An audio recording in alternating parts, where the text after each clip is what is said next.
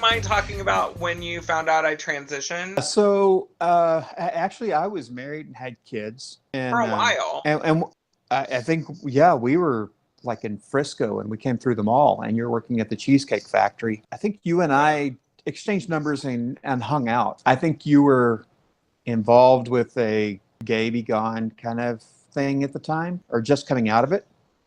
I'd kind of been through, even before that, I'd been in and out of, well, I don't remember because we talked about it, and you were getting back into church or trying to get back into church, and you had already been Miss Gay Denton. That's when you kind of like sat down and told me everything, and I'm kind of like just taking it in wave because I'm still really in church a lot at that time and everything. I'm just like, okay, well, that's cool, but you're still identifying as a man at the time, yeah. right? Like, Yeah. sexual orientation wise, or trying to figure out who I was like, I'd come out and then gone back in and then come out and gone back in and come out and gone back in. Because for me, Christianity and sexual orientation that wasn't straight could not coexist. And then when my dad died, I had come out before that and just was like, I'm kind of like, got hurt really bad in the church. That was my last hurt bad.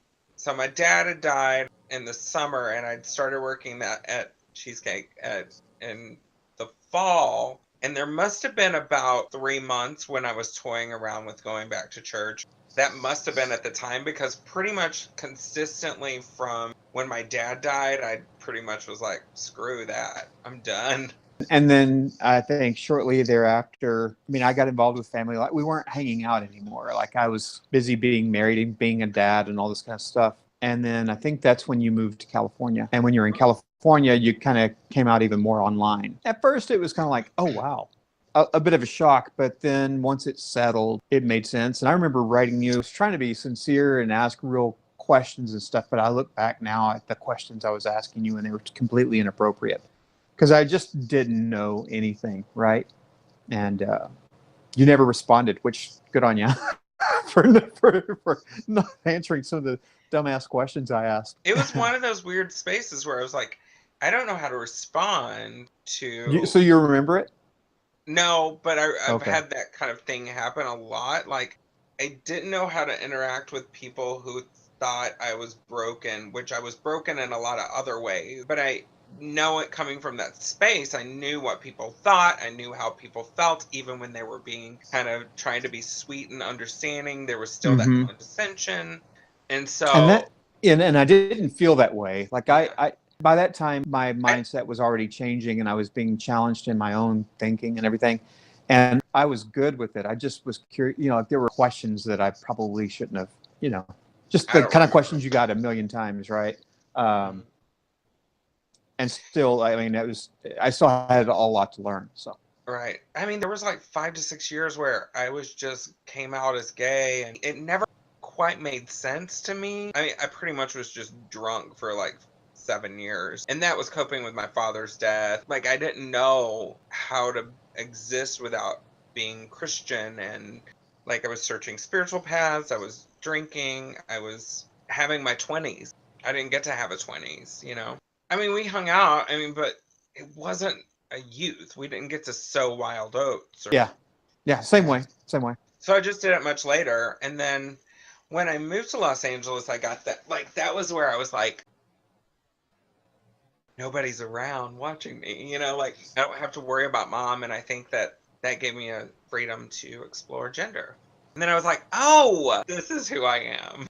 And it was after I had pretty much started transitioning. Mom was like, Jim, what's your phone number? I gave it to him. And I was like, okay. Like, and I was like, I didn't know what I would say to you. Like, I didn't, Mm, like, I thought you were still in the church. I thought you were going to be like, well, Jesus doesn't approve, kind of a call you thing, back. Yeah. And so Yeah. when you called me, I was at the laundromat on Sunset Boulevard, and I was like, this is so bizarre Wow. having this conversation with you. Yeah. And then you were like, hey, I'm not going to that church anymore. A few years after that, I actually came home for the first time in years to visit. And we went to Fridays. And I was like, this is the first time I'm seeing somebody from my Oh yes, school. yes, yes, yes. Like in Carrollton or something like that, Yeah, right? Addison, yeah. Yeah. Yep. Yep, because that's the first time I saw you Me. as Dina. Yeah. As Dina, right. I want to know what was going through your head at the time. Uh, my initial thought, and pardon me, I'll just speak what I was Spit thinking. it It was out. like, wow, she really looks like a woman. I was impressed. And then I was like, how do you get your hair to look like that? Because I was fighting this. Right? I was like, wow, that's amazing. It was just good to see my friend again because we hadn't seen each other in a long time. I felt weird because it was so weird hanging out with somebody that I knew for so long. But also knowing, like, I had worked in restaurants where a trans woman would come in and she'd be like, or somebody would come in and they're like, I'm about to meet my friend who used to be a dude, now he's a woman, and their nerves and awkwardness, and that was in the middle of Los Angeles, so I can't even imagine. I remember thinking, I wonder if anybody knows. It literally was one of those things where 30 seconds in, we're just friends. You know, we're old friends, Yeah. and we just enjoyed the beer. We hung out, ended up talking for a long time, and then just recently we hung out. Same thing. It was like immediately we get to. I mean, there's a lot of things we have to tell each other stories and get each other caught up on our lives, but I like yeah, that. yeah. My son came out in his freshman year of high school as gay. Yeah, yeah. I'm learning things. So he's an otter. That's so. Yay, Uh, Otter Pride.